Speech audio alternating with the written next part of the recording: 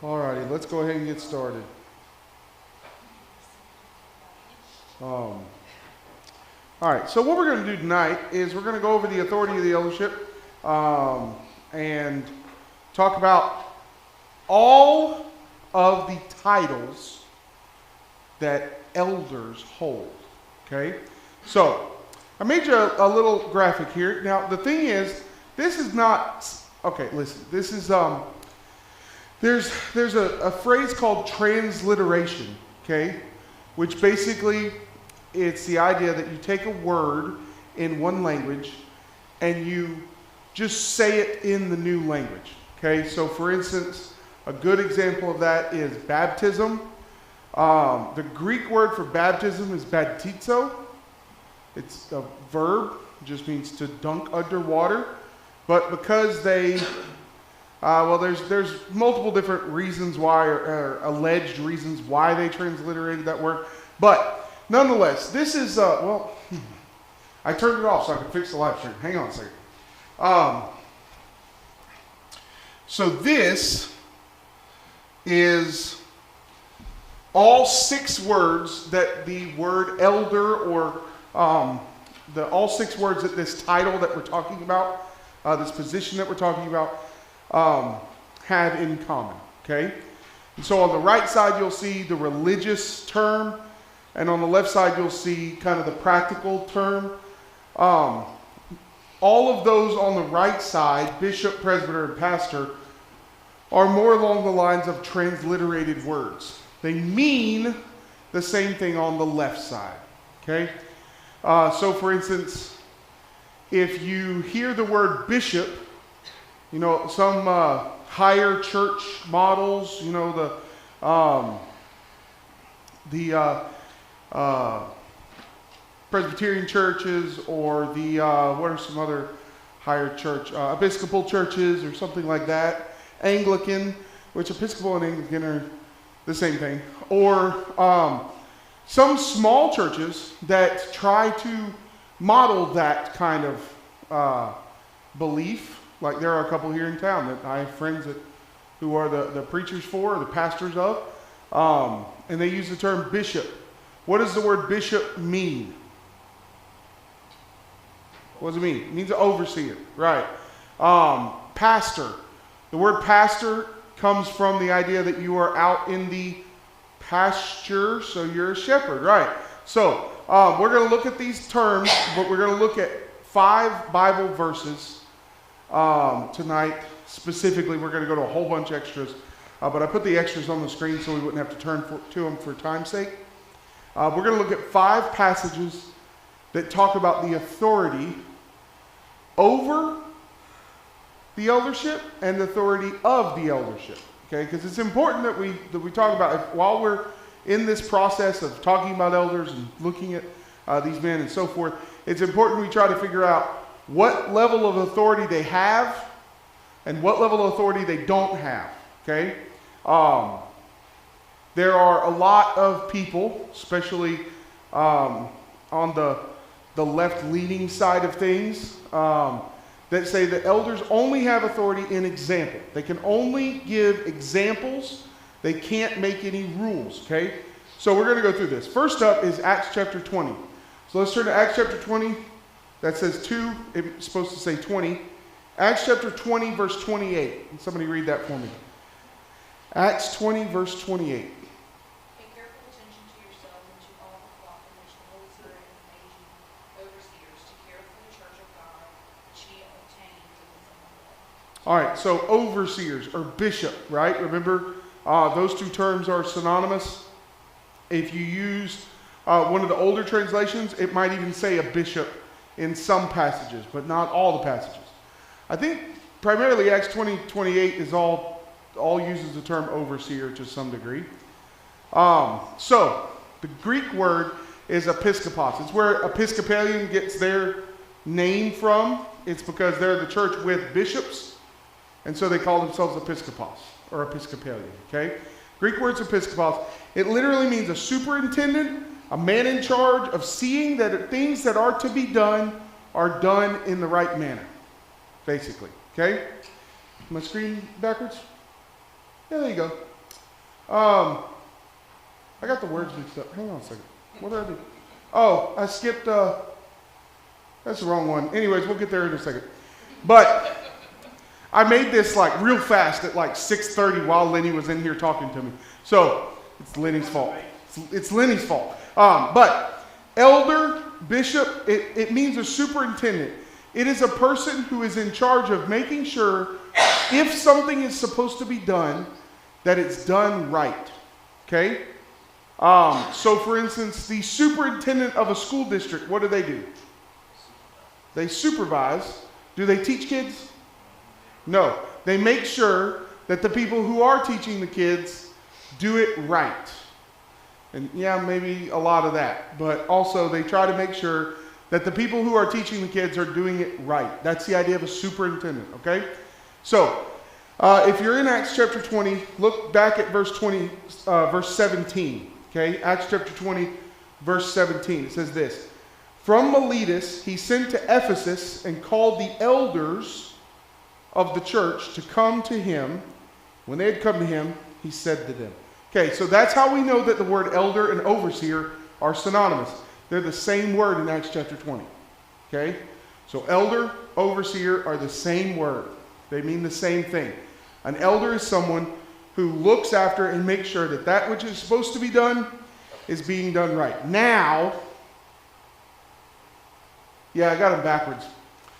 Now let's look at this word. Okay? Overseer.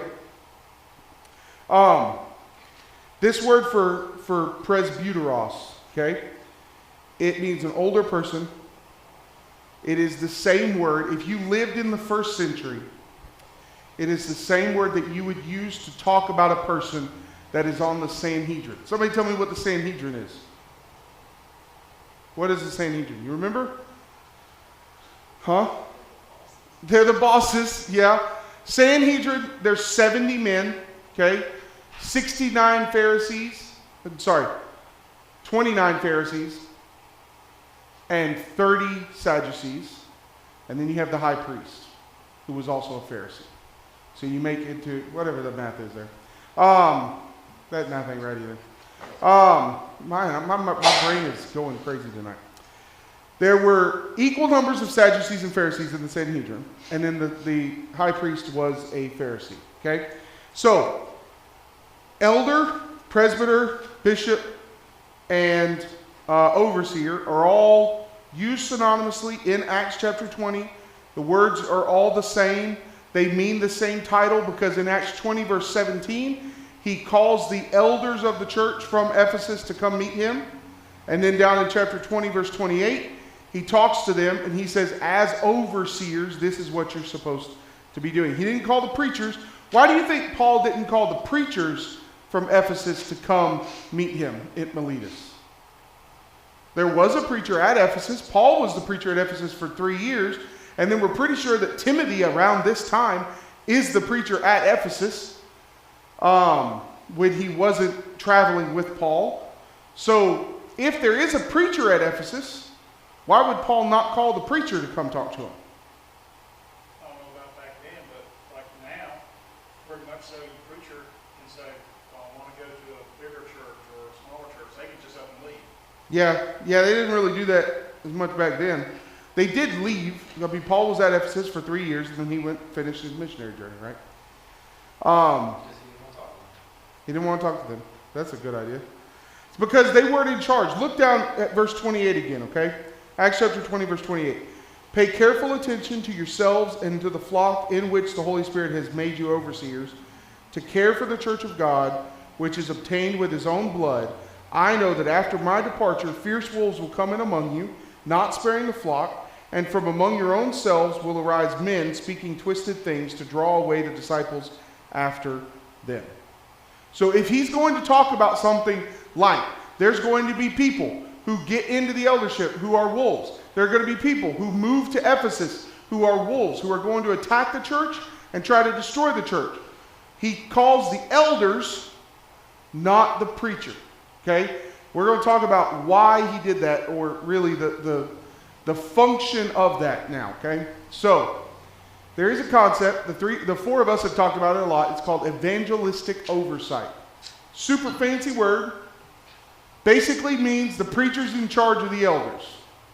Okay, so for instance, in some religious groups, say for instance like the Baptist church, you'll have the pastor, and then you'll have the deacons. The deacons make all the decisions of the church, but the pastor makes the final decision. That model crossed over into the church about 75 years ago.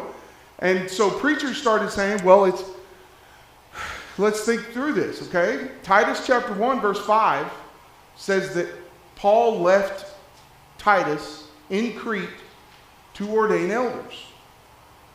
So that means that Titus must have the authority to put elders in. And if you have the authority to put elders in, then you must by nature have more authority than an elder. If you're the boss at your company and you hire someone that's under you, you have authority over that person, right? So the idea was, if the preacher has the authority to put the elder in, then he must then by nature have more authority than an elder, which means that he is supposed to oversee the elders. And so this idea of evangelistic oversight came in, okay? There's a couple problems with this. First off, look at Titus chapter 1 and verse 5. Titus chapter 1 and verse 5. There we go. All right, you see that word appoint there? This is why I left you in Crete, so that you might put what remained in order and appoint elders in every town as I directed you. It literally means to set aside, okay?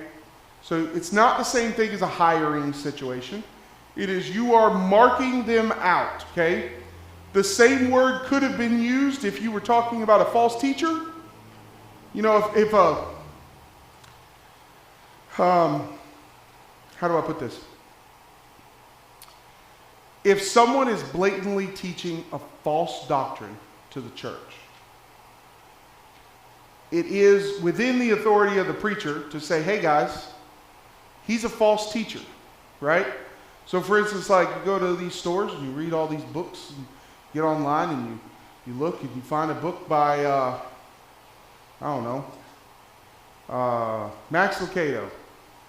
Max Lucado used to preach for a church that called themselves the Churches of Christ, Richland Hills. They have since gone off. So if somebody comes up to me and says, hey, what do you think about Max Lucado? I think, well, I've never met the guy, but I know he's a false teacher, right? So I have the authority to say that. It's the same word as in Titus chapter 1, where you are setting them out. You're appointing, you're ordaining them, okay? So a preacher doesn't have the authority to just decide who the elders are. The preacher has the authority to point them out, so that what then has to happen? Just practically speaking, what has to happen after I point out 3 men that I believe are qualified? Then what are we doing now? What do we do next? Yeah, we go around and we say, listen, Is everybody okay with this? Does anybody have a problem with these three men? What do you think? And then eventually we'll say, all right, does everybody agree that we're going to submit ourselves to these three guys? And so forth, right? So evangelistic oversight has the idea that you just walk in and you just say, these are your elders. Well, it's not the biblical concept of what ordaining an elder is, okay? Here's the thing. Think about this. A church does not have a preacher. They also don't have elders, okay? And all the men take turns, and they just preach on Sundays. Y'all ever seen one of those churches? There's a lot of those churches in Arkansas. No elders, no preacher. They just rotate on Sunday who's going to preach, okay? And then one day they have a meeting and they say, listen, I think it's time for us to appoint elders. And they say, okay, well, let's look around and let's try to find men. They find 2 men that are qualified. And so they all decide, all right, these guys are our elders now. They've appointed elders. If the person who appoints the elder now has authority over the elders, then the church has the authority over the elders in that case, right? And that means that when the elders are superintending, the church could just say, nope, we're not going to do that. We have authority over you, right? So just because the person who puts them in does not mean that the person who puts them in has the authority over them to make decisions over them or to do something else. I remember, I don't even know how long ago it was, 2017 or so, we were talking about this again, and somebody brought something up at a men's meeting, and y'all probably don't know it. Gus probably has no clue that he ever said this, but one day in a meeting he said, Lee's trying to make himself have a boss. Do you remember saying that? Yeah, that's exactly it, okay? So this idea of evangelistic oversight, it doesn't fit the model of what an elder, an overseer, a presbyter, or a bishop is. They are the older men who have the ability to superintend, to make sure that what's being done, what's supposed to be done, is being done in a correct manner, right? They're the guys that say, we have the rule, like the Sanhedrin had the rule. What would happen, what do you think would happen if a Jewish person in the first century decided that they were going to start teaching something that was contrary to the law of the Pharisees and the Sadducees? What do you think would happen? Hint, hint, you have like numerous examples in the New Testament of what happened. They were stoned to death, but first, what were they taken to? Who were they taken to? Over and over again, Paul and Peter and Barnabas and all these men are taken to the Sanhedrin, right? Why? Because the Sanhedrin didn't have any authority? No, because they had the utmost authority. They were the ones that made those decisions, right? So in order to superintend over something, you have to have the ultimate authority.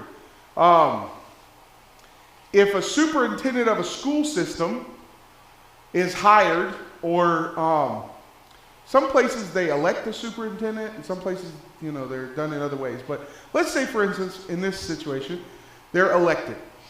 And so you elect a new superintendent. And then they say, all right, listen, you're the new superintendent, but in order to change any policies, in order to enact any actions, in order to do anything, you have to do a vote of the community, and you can only do what the community votes. Is that being a superintendent? No. Well, yes, you're a superintendent, but you can only act in example. Is that how superintendents work? Some superintendents never even been a teacher. So it's really hard for them to be an example over teachers when they haven't been one, right?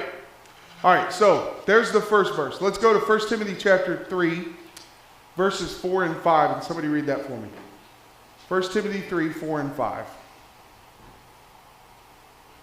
So the elder is the superintendent. He is the ruler. He is the overseer, the bishop, the presbyter, and so forth. It says, one that rules well his own household, and his children in subjection with all gravity. But if a man knows not how to rule his own house, how All right, so I have a question for you. Fathers. Who all in here is dads? You two, you. Okay.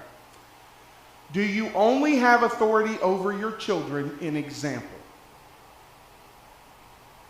I can promise you one thing. In my house, it's more along the lines of do as I say, not as I do sometimes. And when my example is failing, my word is what Josh and Maddie have to follow, or else there are consequences, right? So you don't just have authority in example. The word manage or rule in 1 Timothy 3, 4, and 5 is used of fathers and of elders, right? So an elder is supposed to have shown himself to be able to rule or manage his household, because what is he going to have to do? The same thing when it comes to the church. He's going to have to do exactly the same actions, all right?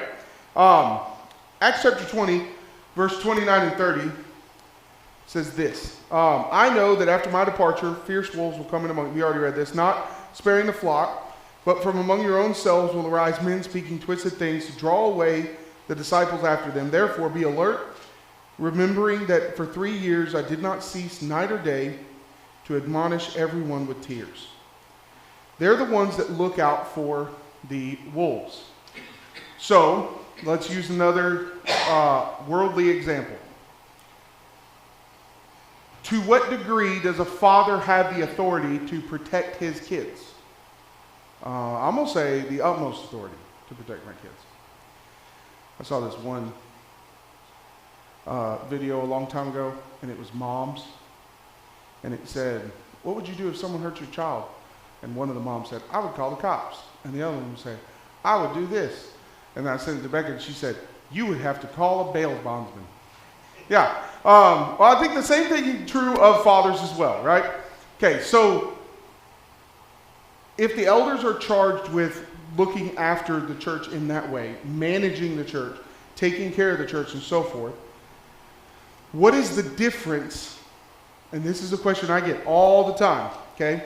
If elders are allowed to be called pastors, which we'll talk about here in just a little bit, and I'm not an elder, I'm not a pastor, and regardless of what my friends like to give me a hard time about and introduce me just so they can be a pain in my neck, but I'm not a pastor. What's the difference in authority from an elder to a preacher? Somebody tell me. What's the difference in authority or roles? Do what? Elders over the preacher, right? Yeah. I heard one guy say a long time ago, he said, if an elder walks in and says, we need to move that banner, and the preacher worked really hard on making that banner, the preacher says, okay, yes, sir, I'm going to move the banner, right?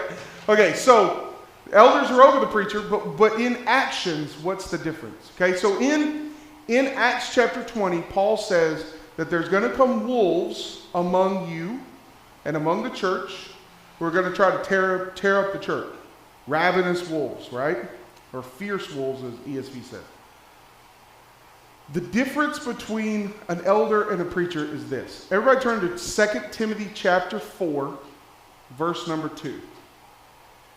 This is the best passage to talk about what the role of a preacher is. Somebody read 2 Timothy 4, 2 through 4 for me. Preach the word. Be ready in season and out of season. Convince, rebuke, exhort with all long suffering and teaching. For the time will come when they will not endure sound doctrine, but according to their own desires, because they have itching ears, they will heap up for themselves teachers. All right, so reprove, rebuke, exhort with all long suffering and doctrine. Let's talk about two of those words, reprove and rebuke, okay? Reprove means to convict.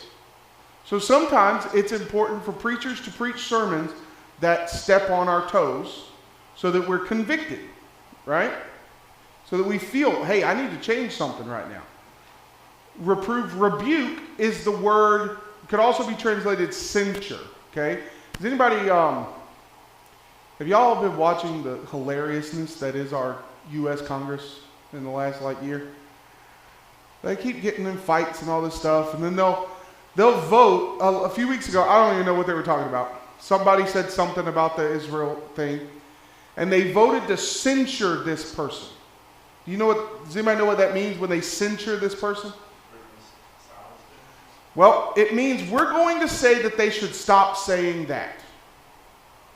Doesn't mean you're going to actually like put duct tape over their mouth or something, but it does mean you're going to publicly say that what they said was wrong. That's what a preacher's job is to do.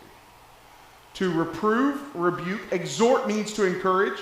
Okay, reprove, rebuke, exhort with all long suffering and doctrine. So a preacher's job is to preach sermons that convict us sometime, preach sermons that say, hey, publicly what this is, if you're doing this, this is wrong. And exhort, encourage people to follow Jesus, right? The difference is, turn to Titus chapter 1. So if a false teacher is teaching, the preacher has the ability to say, that's false doctrine. The preacher has the ability to say, if you follow that, you're wrong. And to convict them and try to teach them differently.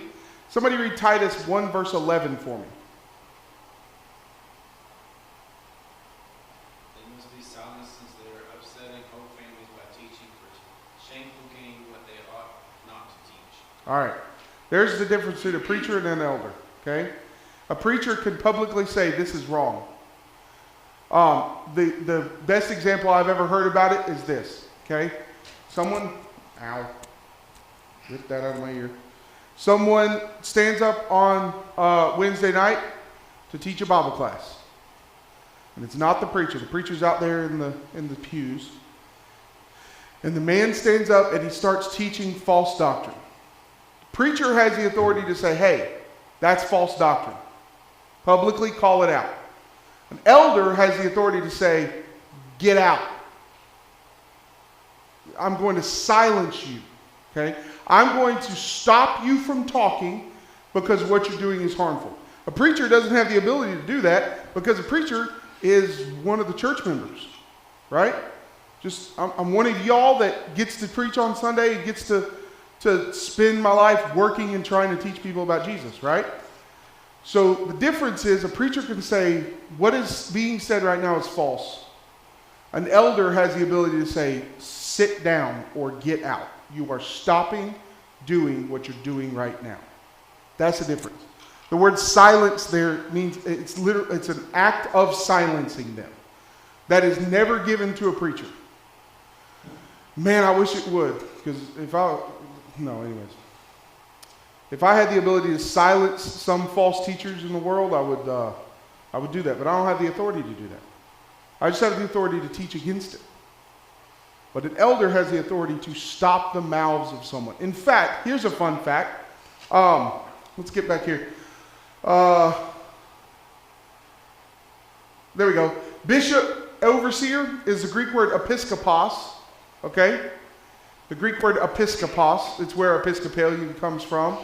The word in Titus 1:11 for silenced, or their mouths must be stopped, is epistemidzo, which is the verb form of elder or overseer.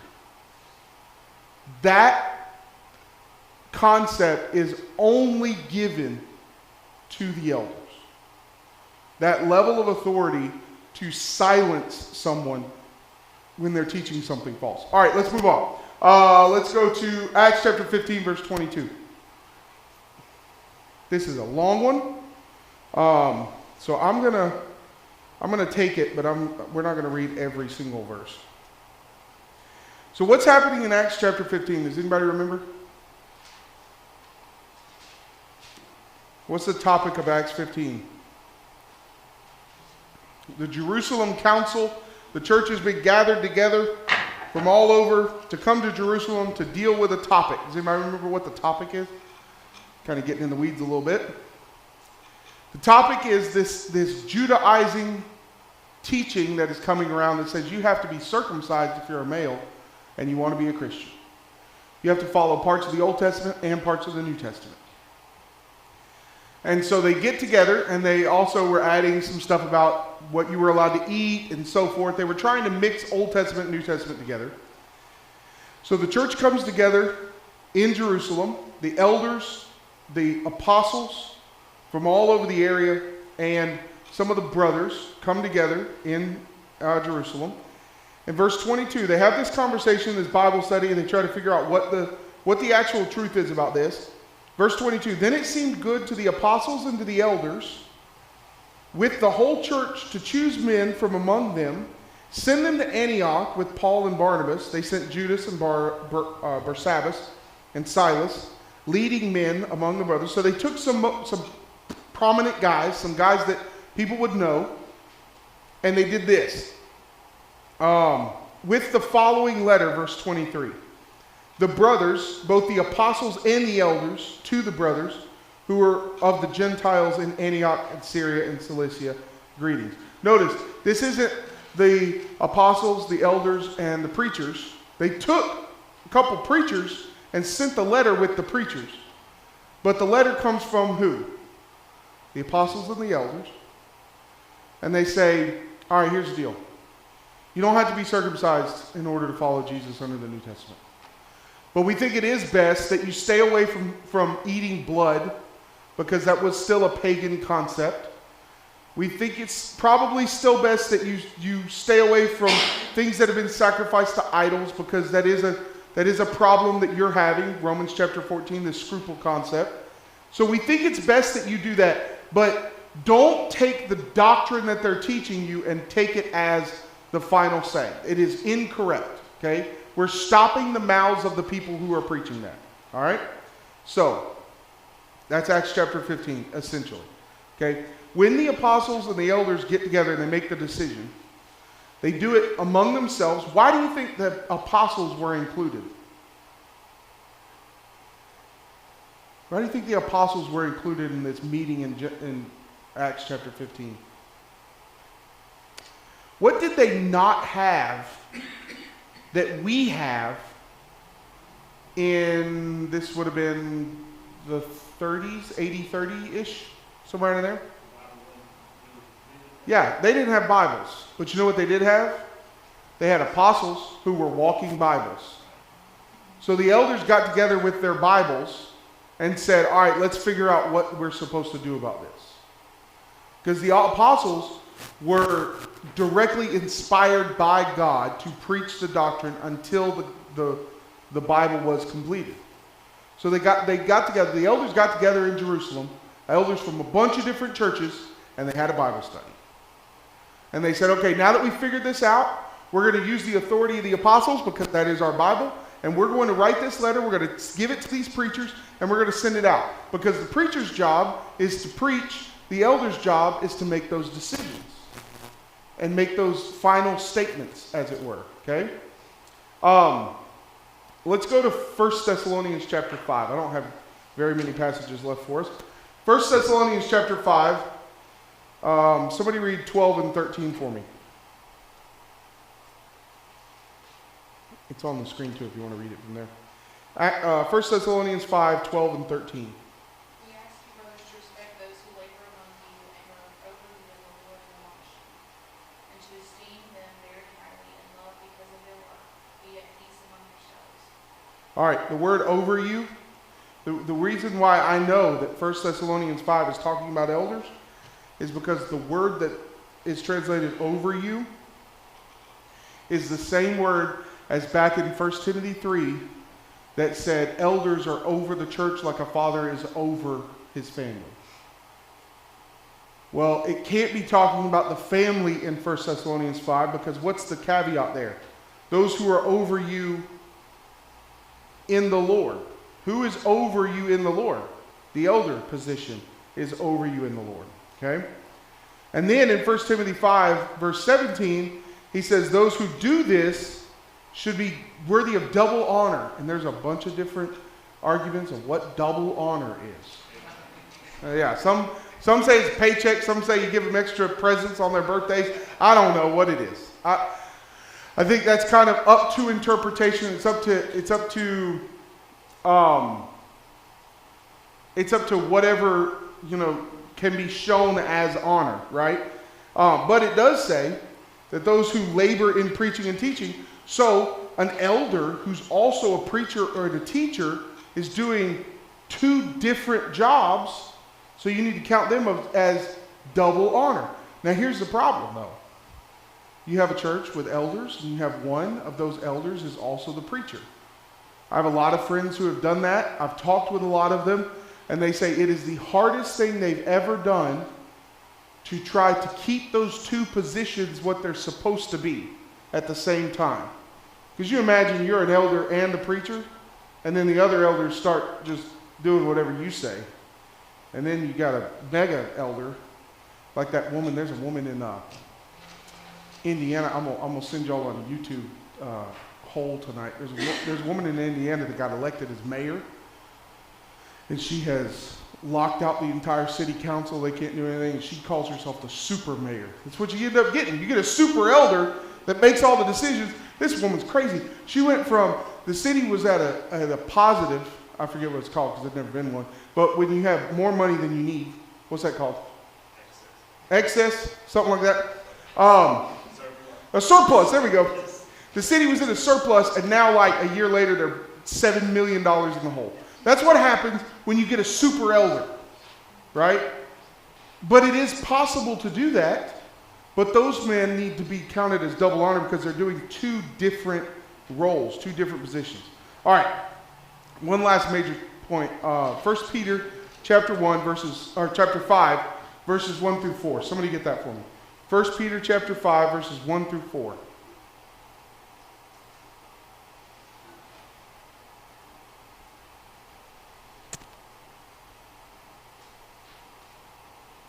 This is an interesting one because Peter here is talking, and he is multiple of these different positions. All right, 1 Peter 5, verse 1 through 4. Somebody read that. So I exhort the elders among you, as a fellow elder and a witness of the sufferings of Christ, as well as a partaker in the glory that is going to be revealed, shepherding the flock of God that is among you, exercising oversight, not under compulsion, but willingly as God would have you, not for shameful gain, but not demanding over those in your charge, but being examples to the flock. When the chief shepherd appears, you will receive the unfading glory, unfading crown. All right, that was a long one. So Peter is an apostle. He also says he's an elder, and he's also a preacher. So he's doing three jobs. So Peter should be counted a triple honor, and we should make him the Pope. Just kidding. Maybe that's why. Maybe that's why he got so much prominence, and people started thinking that he was more important than he thought himself, because he was doing all three positions, right? But as the apostle, preacher, and elder, he says this: I want you to shepherd. Okay, that word shepherd is the word pastor. Okay, it's translated pastor in Ephesians chapter 4 in a lot of translations. That is a transliteration kind of concept from the Greek word, and then the Latin word and so forth, into pastor. Okay, so pastor and shepherd are the same word. All right, it's used in Ephesians chapter 4 as pastor. Every other time in the New Testament that it is used, it is translated shepherding. Okay. All right, one more Bible verse. Revelation chapter 2, verse 27. Somebody get that for me. I don't know what it did. Revelation chapter 2, verse 27. We didn't need it anymore anyways. And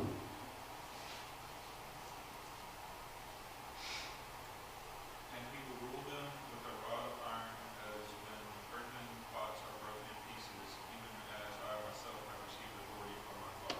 All right, the word rule there is the word shepherd.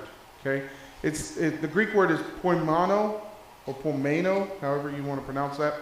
Poimano. It's the word for a person who takes care of cattle. So we're all like cows. No, we're all like sheep. Okay.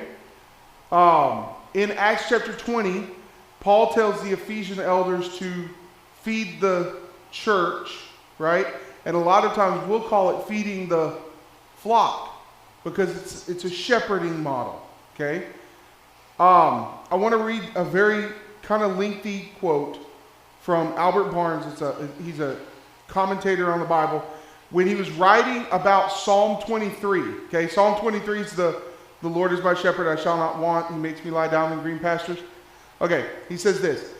The image is that of a shepherd in attendance on his flock, with a staff on which he leans in one hand, and the other hand the crook, a rod, which was the symbol of his office. Either of these also might be used to guard the flock or to drive the enemies off the flock. The crook is said to have been used to seize the legs of the sheep or goats when they were disposed to run away, and thus to keep them with the flock.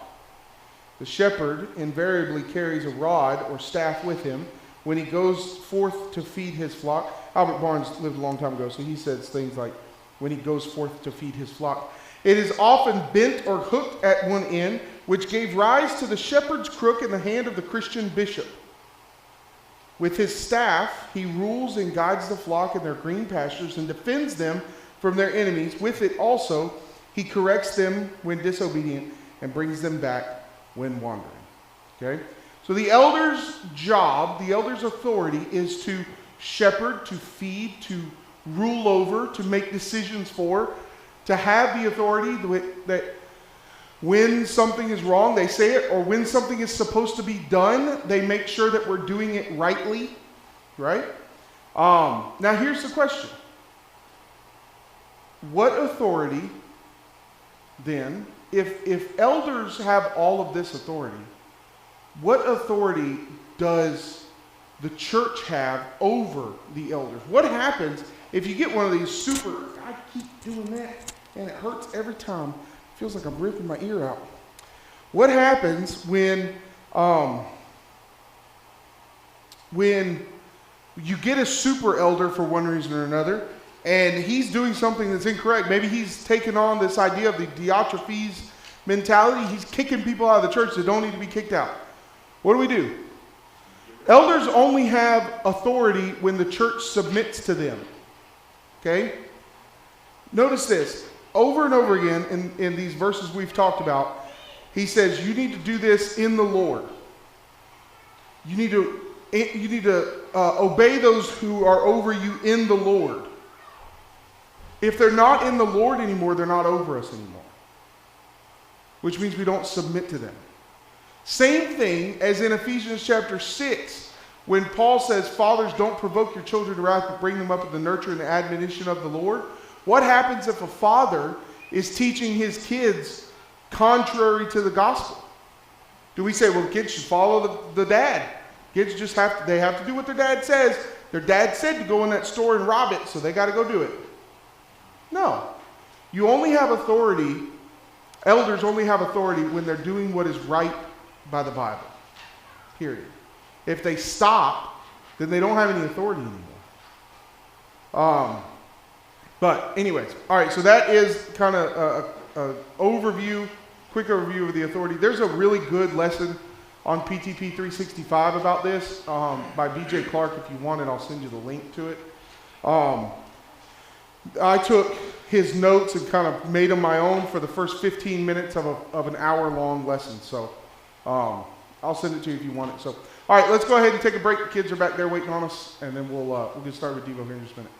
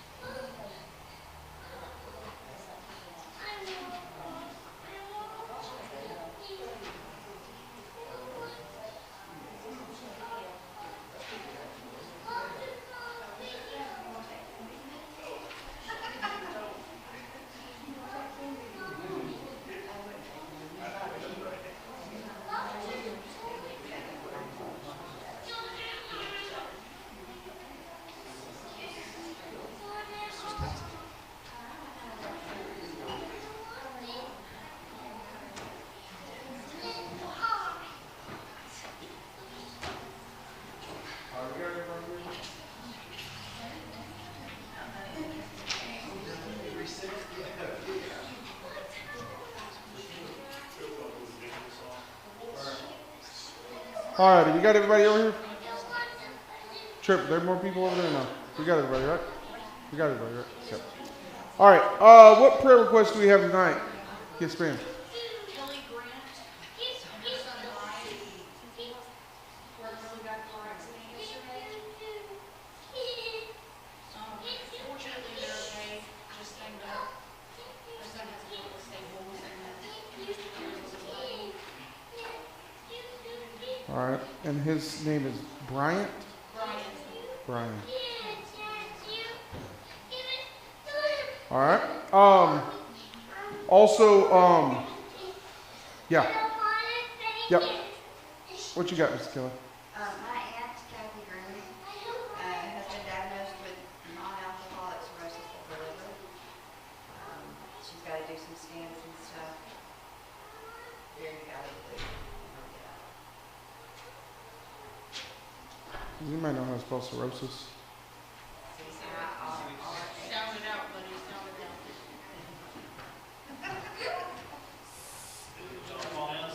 That ain't right, but it's good enough. It's good enough. I'll figure it out when I put it down. All right, Kathy Green, you said? Yes, sir.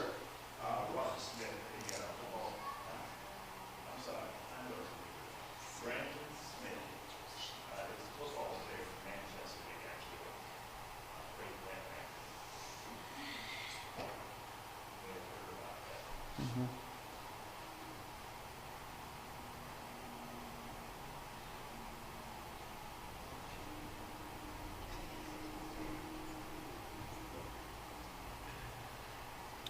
Alrighty.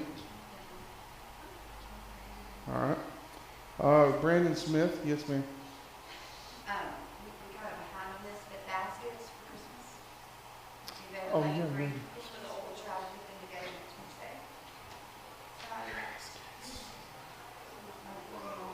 Can you make me a quick list and I'll send it out? Huh? Of what we might need for it. And how many? We'll get a number. Yeah.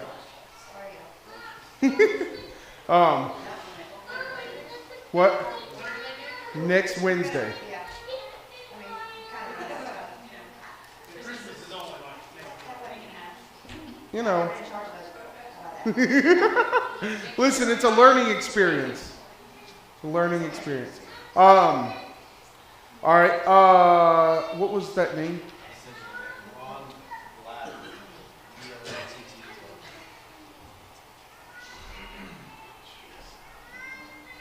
And that's Maria's. Grandfather. They don't expect me to Maria, who is Stephen Laura's daughter-in-law's grandfather, had a stroke. His name is Ron Bladder, and they don't believe that he's going to make it. So we need to be praying for him and for Maria's family too. Where are they from? Tennessee? They're about Knoxville. Yeah, Tennessee somewhere. Maria's going to be making that trip from Destin up there too. Yeah. Yeah, so we're praying for Maria to drive up there safely too. All right, so keep that in your prayers. Anybody else have any others? Lord, she needed it this weekend. What you got this weekend?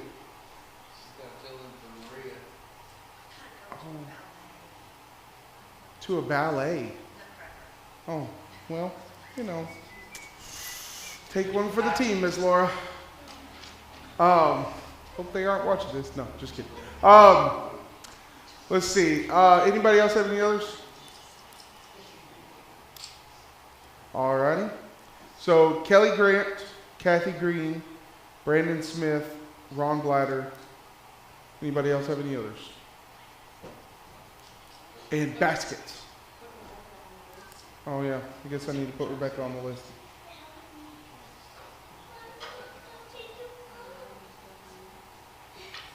Can I put with child on the list? Okay, she'll kill me, but anyway. With children. There you go. All right. Anybody else have any others? All right. What's our invitation song? 881? All right. 881. Everybody open up there. Winnie, it's all yours, bro.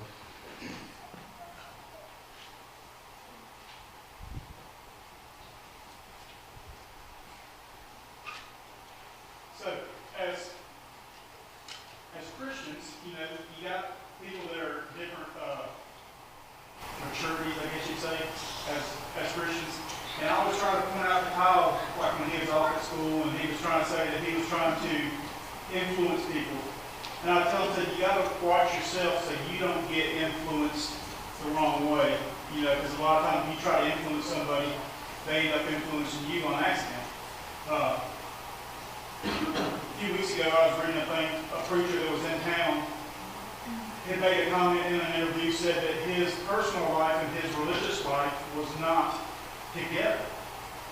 And so how many people listen to somebody like that and get influenced by somebody like that? Then you have Romans 1:12, 1 and 2 that says, we're basically, to sum it up, we're supposed to make our lives a living sacrifice. We're supposed to not be conformed to the world, but transformed.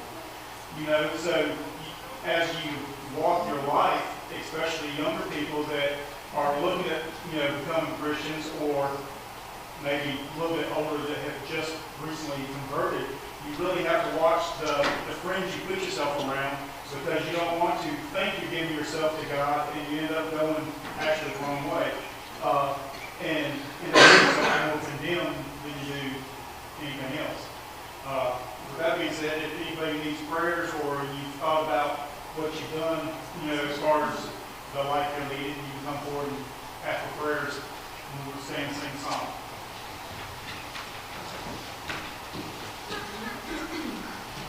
Hey, everyone, make sure everyone knows. I'll have it, let us sing. I'm satisfied with just a country below, a little silver and a little gold. But in that city where ransom will shine, I want a gold one, that silver one. I've got a mansion just over the hilltop, in that bright land where we'll never grow old. And someday yonder we'll never more wander, but walk the streets that are pure as gold. Don't think me poor or deserted or lonely, I'm not discouraged, I'm heaven bound. I'm just a pilgrim in search of a city. I want a mansion, a broken up crown. I've got a mansion just over the hilltop, in that bright land where we'll never grow old. And someday yonder we'll never more wander, but walk the streets that are pure as gold. Michael, you listen to them? Heavenly Father, we thank you for this day, and we thank you for the opportunity to come and put together Midweek. Thank you for the lesson we had tonight, and we thank you for bringing it to us. We'll ask you to do the many that were mentioned tonight.